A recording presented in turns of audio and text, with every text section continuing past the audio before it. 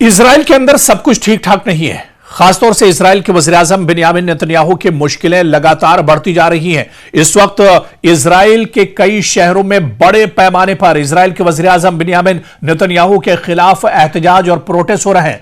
58,000 जो एहतजाजी हैं वो सड़कों पर उतर आए हैं और इनका कहना है कि हम नेतन्याहू के फौरी इस्तीफे की मांग करते हैं और 7 अक्टूबर को जो हमले हुए थे इसकी जांच चाहते हैं। ये आदमी यानी पीएम बनने के लायक नहीं है। यह दरअसल बयानबाजी और नारेबाजी एहतजाजियों की है जो लगातार इजराइल के अंदर अलग अलग शहरों में एहतजाज कर रहे हैं। उनका कहना है कि बिन्यामिन नेतन्याहू अपने ओहदे से इस्तीफा दें, वजीर आजम की कुर्सी छोड़ें और वो ये बताएं कि 7 अक्टूबर को इजराइल पर जो हमास ने हमला किया था वो हमला दरअसल किस तरह से हुआ था, कहां पर चूक हुई थी, सिक्योरिटी चूक दरअसल कहां पर हुई थी, कहां पर कमी रह गई थी, इतना बड़ा हमला दरअसल हमास ने कैसे कर लिया। जब इजराइल बार बार यह कहता है कि उसका डिफेंस सिस्टम बहुत मजबूत है और उसकी सिक्योरिटी तमाम हालात पर नजर रखती है, तो 7 अक्टूबर को जब हमास ने साल 2023 में हमला किया था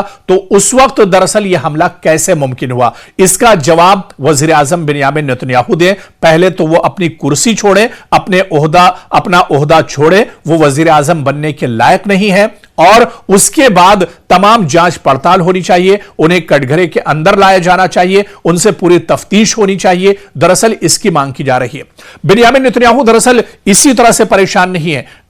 स्टेट कमीशन इंक्वायरी की उनके खिलाफ मांग हो रही है। जो एहतजाजी है लगातार डिमांड कर रहे हैं कि एक इंडिपेंडेंट इन्वेस्टिगेशन होनी चाहिए। सिक्योरिटी और इंटेलिजेंस की जो नाकामी इजराइल की है, बिन्यामिन नेतन्याहू की जो इंटेलिजेंस की नाकामी है उसको लेकर अब आवाज उठ रही है। 7 अक्टूबर 2023 को जो हमला हमास ने किया था, इसमें आप देखिए कि तकरीबन 1300 यहूदी मारे गए थे, बहुत से यरगमाल बना लिए गए थे और बहुत बड़े पैमाने पर जानी और माली नुकसान इजराइल के अंदर हुआ था। लेकिन इस हमले के बाद इस पर एक तरह से इसे बंद कर दिया गया और इस पर कोई जांच पड़ताल नहीं हुई। तो इजराइल के अवाम यह चाहते हैं कि दरअसल बिन्यामिन नेतन्याहू जंग इसी वजह से लगातार कर रहे हैं। कभी गजा के साथ, फिलिस्तीन के साथ जंग, गजा पर हमले, कभी ईरान पर हमले, कभी लबनान पर हमले, कभी शाम पर निशाना। तो दरअसल यह हमले इसी वजह से वो कर रहे हैं ताकि लोगों के जहनों को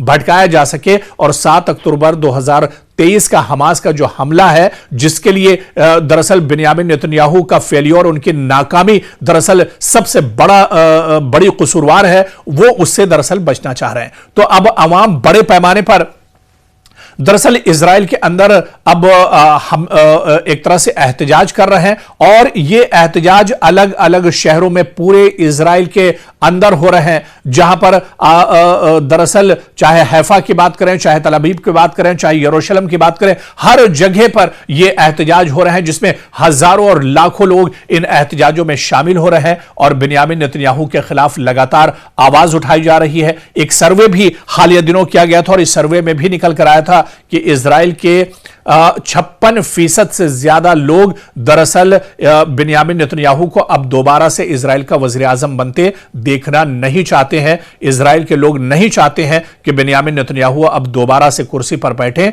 कोई ओहदा संभालें, बल्कि लोग यह चाहते हैं कि अब बिन्यामिन नेतन्याहू को कटघरे के बीच में लाया जाना चाहिए, उनकी जवाबदेही तय की जानी चाहिए। जो हमला 7 अक्टूबर को हुआ था, उस हमले के पीछे किस तरह की नाकामी है, इस बारे में तफसीली जांच पड़ताल होनी चाहिए। और इसके अलावा जो इल्जामात दरअसल पहले से एक तरह से लगे हुए हैं बिन्यामिन नेतन्याहू के ऊपर, उन इल्जामात को लेकर जो मुकदमा चल रहा है उसका भी अब एक तरह से निपटारा किया जाना चाहिए और सख्त से सख्त सजा बिन्यामिन नेतन्याहू को दी जानी चाहिए। और आपको यह भी याद होगा, कई बार हमने यह रिपोर्ट भी आप तक पहुंचाई है कि बिन्यामिन नेतन्याहू दरअसल कई तरह की बीमारियों से जूझ रहे हैं। हालिया दिनों खुद उन्होंने मीडिया के सामने आकर बताया था कि वो कैंसर से मुतासिर हैं और शुरुआती पहले स्टेज का उन्हें कैंसर भी हुआ है। तो एक तरफ उनकी बढ़ती उम्र, एक तरफ उनके मर्ज में मुब्तला और जिस तरह से वो परेशान है, और दूसरी तरफ अब आवाम का एहतजाज और आवाम का बढ़ता हुआ दबाव।